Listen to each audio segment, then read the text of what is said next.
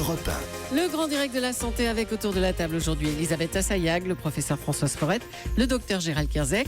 Et c'est une émission spéciale pour tenter de percer les mystères du cerveau. Donc nous avons avec nous un neurologue, Jean-Marc. Effectivement, c'est le professeur Bruno Dubois qui est avec nous. Bonjour. Bonjour. Merci d'être avec nous. La semaine du cerveau commence aujourd'hui. L'occasion pour nous de nous intéresser à cet organe passionnant mais aussi très complexe. On va tenter de comprendre comment fonctionne notre cerveau. Et si vous avez des questions à poser, vous êtes déjà nombreux à nous appeler au 39 21. Vous continuez, on prendra vos appels dans un instant. Auparavant, professeur Bruno Dubois, on va peut-être tenter de comprendre, même si c'est compliqué, ce qu'est le cerveau. D'abord, physiquement, est-ce que vous pouvez nous décrire ce qu'est le cerveau ?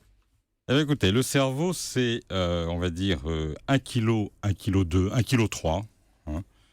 Une substance molle, gélatineuse, composée de 80% d'eau, une grosse méduse.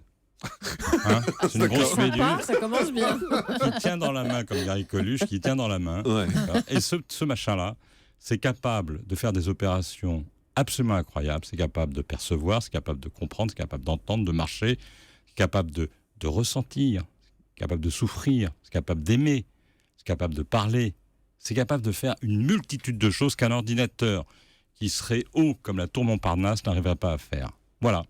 Il y a différentes parties dans le cerveau. Ah oui, il y a différentes parties, il y a différents lobes, et c'est bien fichu, si vous voulez. C'est bien fichu. C'est-à-dire que l'information est traitée dans des modules spécifiques. Par exemple, l'information visuelle est traitée dans la partie postérieure du cerveau. L'information concernant le langage est traitée dans un module qui est situé dans l'hémisphère gauche, etc. Et chacune de ces régions qui ont une différenciation fonctionnelle, qui ont une fonction spécifique, chacune de ces régions communique avec les autres.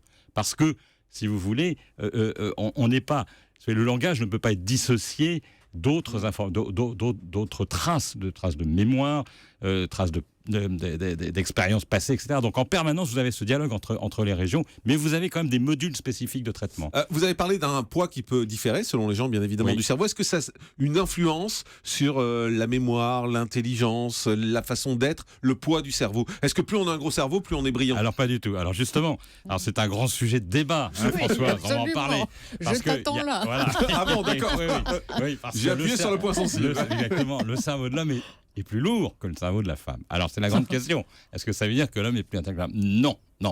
Pour deux raisons. D'abord, il faut le rapporter au poids du corps, à la taille de la tête, et en plus, et je sais que Françoise va le dire, donc je lui coupe l'herbe sous le pied tout de suite, c'est que nous avons un peu plus de matière blanche, c'est-à-dire la matière qui n'est pas la plus noble, et par rapport à la matière grise, qui est la matière la plus noble, c'est celle où il y a les neurones.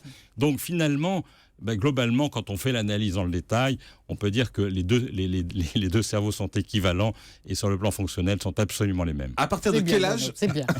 À partir de quel âge on a un cerveau en état de marche, on va dire ?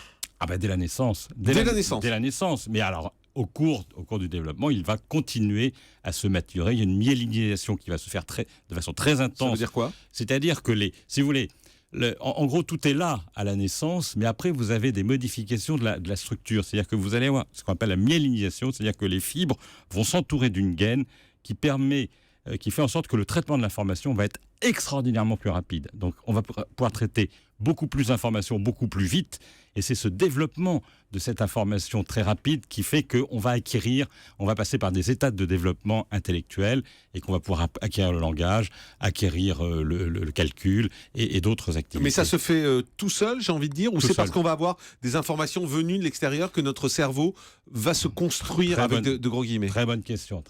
Et bien sûr, c'est les deux, si vous voulez. Mais l'appareil est là, et l'appareil tire bénéfice de tout ce qui se passe autour de lui, de cette stimulation permanente qui développe la structure, et la structure se développant permet aussi d'être plus attentif à tout ce qui se passe autour de soi. Mais est-ce que, par exemple, un enfant qui serait laissé, on imagine, seul dans la jungle, par exemple, est-ce qu'il a le même cerveau qu'un enfant qui serait allé à l'école pendant toute sa jeunesse ? Il n'aura probablement pas le même cerveau. Au départ, il a bien sûr la même chose, mais effectivement, c'est ce qu'on appelle l'épigénèse. On a besoin de cette information, on a besoin d'être stimulation. Et aujourd'hui, et Françoise vous le dira, c'est très important. On sait maintenant que la qualité, l'intensité de la stimulation dans les premières étapes du développement de l'enfant sont essentielles pour développer ce fameux réseau synaptique. Je ne vous ai pas dit le chiffre important, 100 milliards de neurones. On pense que chaque neurone peut établir jusqu'à 100 000 connexions avec les neurones voisins. Donc, si vous voulez, il y a un potentiel de réseau synaptique absolument considérable.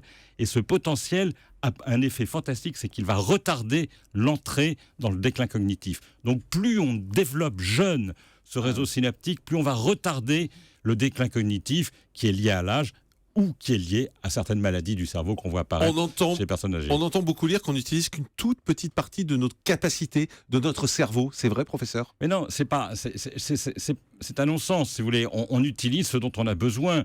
Mon système visuel, il a besoin d'être utilisé quand il fait jour. La nuit, j'ai pas besoin de mon système. Le cerveau, si vous voulez. Le cerveau est un organe qui est fantastiquement intéressant à étudier, puisque la finalité, si on a une approche un peu finaliste du rôle du cerveau, à quoi sert le cerveau ? Eh bien, ça sert à préparer l'action à venir en fonction d'un environnement. Par exemple, si je suis aujourd'hui en train de vous répondre, c'est parce que mon cerveau, si vous voulez, entend la question que vous posez et essaie d'apporter la réponse la plus adaptée. Donc, en permanence, c'est un organe qui cherche, si vous voulez, à nous adapter le mieux possible à des situations qui sont changeantes, qui ne sont jamais les mêmes. Et donc, il faut qu'on intègre toutes ces informations, qu'on les analyse et que l'on produise une réponse qui soit la plus sophistiquée possible. Alors, on continue à découvrir ce qu'est le cerveau. On prendra vos appels après, mais pour l'instant, c'est une grande présentation de ce qu'est le cerveau, parce que c'est important, docteur Kierzek. Ce qui est fabuleux, c'est la plasticité cérébrale. C'est la capacité de ce cerveau à aller s'adapter aux circonstances. Et par exemple, après un accident, on sait que si telle zone est lésée, eh bien, il va y avoir des phénomènes d'adaptation du cerveau, de nouveaux circuits synaptiques qui vont se mettre en place. C'est ce qu'on appelle la plasticité cérébrale, c'est-à-dire que le cerveau va s'adapter sans qu'on sache très bien encore complètement comment ça fonctionne, parce qu'il y a encore énormément de choses à découvrir. On apprend beaucoup, notamment grâce à l'imagerie, l'IRM, on en a parlé, il y avait le scanner, l'IRM et maintenant l'IRM fonctionnel qui permet de voir le cerveau en fonctionnement. Mais il y a encore énormément de choses à découvrir sur ces circuits. Alors, je voudrais vous poser quelques questions assez basiques sans doute pour vous, et je ne sais même pas si vous avez la réponse, mais par exemple, la mémoire. Comment ça marche, la mémoire ? Alors, la mémoire, si vous voulez, c'est d'abord, il faut d'abord percevoir l'information. C'est-à-dire que vous ne pouvez vous rappeler d'une information que si vous l'avez bien enregistrée. Donc, c'est traité par des systèmes qui reçoivent l'information.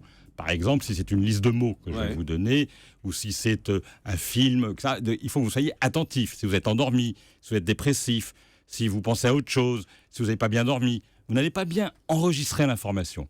Alors, première étape, l'enregistrement de l'information. Deuxième étape, cette information est envoyée comme un ballon de rugby vers l'hippocampe, qui est, ce que j'appelle de façon un peu triviale, le péage de l'autoroute des souvenirs. C'est-à-dire qu'il faut rentrer par l'hippocampe dans cette grande voie qui va permettre de transformer l'information vécue en souvenir.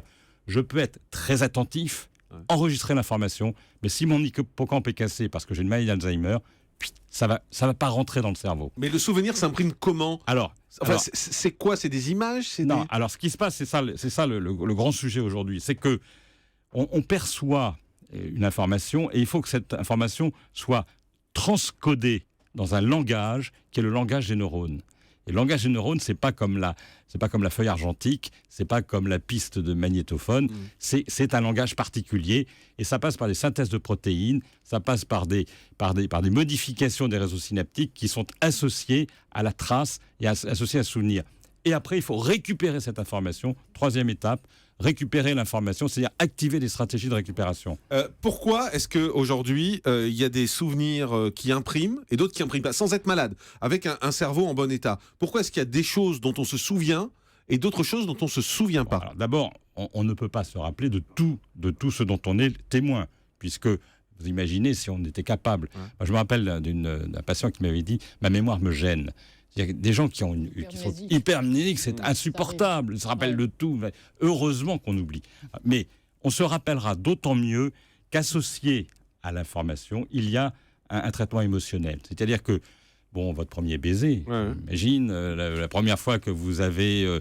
je ne sais quoi, vous voyez, la première fois. Oui, mais on peut se rappeler d'un article qu'on a lu où il n'y a pas forcément d'émotion. On peut se rappeler de certaines informations alors qu'on a lu aussi autre chose le même jour dont on ne se souvient pas. Oui, vous avez raison, mais peut-être... d'abord, il y a un tri qui se fait. Mais qui fait ce tri ? C'était ça ma question. Mais c'est quand même votre système attentionnel. Attentionnel. Il y a une attention particulière qui va se mobiliser au moment de la saisie de l'information et qui va faciliter ce qu'on appelle son encodage. Et l'encodage de l'information est lié à des états différents. Si vous êtes en forme, si vous êtes bien réceptif, si vous êtes bien attentif, si vous êtes motivé, si vous êtes en forme, vous allez probablement mieux garder l'information que si vous êtes fatigué, dépressif, etc. Autre question sur l'intelligence. On dit cette personne est intelligente. Est-ce que ça veut dire qu'elle a un cerveau qui fonctionne mieux qu'une autre personne qu'on va qualifier de bête? Non, cette notion d'intelligence est maintenant dépassée pour nous. On ne parle plus en ces termes-là. Mais enfin, nous en tout cas. Médecine. En médecine. Mais dans la vie, oui. Dans la vie courante. Ah oui, Dans la vie, on dit, oh là là, qu'est-ce qu'il est intelligent. Oui, puis on peut même le quantifier, le quotient intellectuel, Ouais. c'est ça, c'est une approche de la quantification de l'intelligence. On mesure. discuté. Oui, mais alors, si vous voulez, ce qu'on fait, c'est qu'on va mesurer tout un ensemble de modules finalement, et on va faire la somme de ces modules. Mais l'intelligence, c'est quoi dans le cerveau? En gros, l'intelligence, c'est que ça connecte vite. c'est ce que je vous disais tout à l'heure, c'est la capacité à élaborer la réponse la plus appropriée à une situation donnée. C'est ça l'intelligence. Donc ça veut dire quoi? Connexion rapide? Connexion rapide, traitement de l'information, prise de décision, mobilisation des expériences passées, enfin tout ce qui doit être actualisé au moment de la prise de décision. Docteur Et Kierzek. puis il n'y a pas une intelligence, il y a des intelligences. Il y a une intelligence mathématique, il y a une intelligence émotionnelle, il y a des intelligences physiques, manuelles, relationnelles, et toutes ces intelligences-là. Et donc il n'y en a pas une seule. Il y a des gens très bons en calcul mathématique, mais complètement sur le plan relationnel pauvres et donc pas intelligents du tout. Donc toute cette notion, et c'est pour ça que le quotient intellectuel, c'est une approche, mais c'est une mesure, et c'est pas parce que vous avez un QI qui est très élevé que vous êtes forcément plus intelligent, entre guillemets, que quelqu'un qui aura un QI beaucoup moins élevé. Et dernière question, est-ce qu'on sait tout du cerveau aujourd'hui? Bien sûr que non. Qu'est-ce qu'on ne sait pas, par exemple? Sans entrer dans la technique, mais est-ce qu'il y a un fonctionnement de quelque chose de particulier qu'on ne comprend pas? Par exemple, la question que vous posiez tout à l'heure, c'est sous quelle forme sont maintenues les traces mnésiques dans le cerveau. Quelles sont les protéines qui sont impliquées? Voilà, il y a plein d'inconnus. Et puis après, il y a toute la problématique des maladies. Et là, pour les maladies neurodégénératives en particulier, il y a énormément de choses à apprendre, bien sûr. Voilà donc pour cette première partie de présentation du cerveau. Dans la deuxième partie de cette émission, on va répondre à toutes vos questions au 39 21, et puis on va parler justement de la façon dont on peut continuer à préserver sa mémoire, en particulier avec les nombreuses maladies qui existent et dont on parle souvent. Et puis on parlera des pathologies du cerveau, et on répond à toutes vos questions dans un instant. Émission spéciale sur le cerveau. Restez avec nous, c'est Europe 1. On est ensemble jusqu'à midi.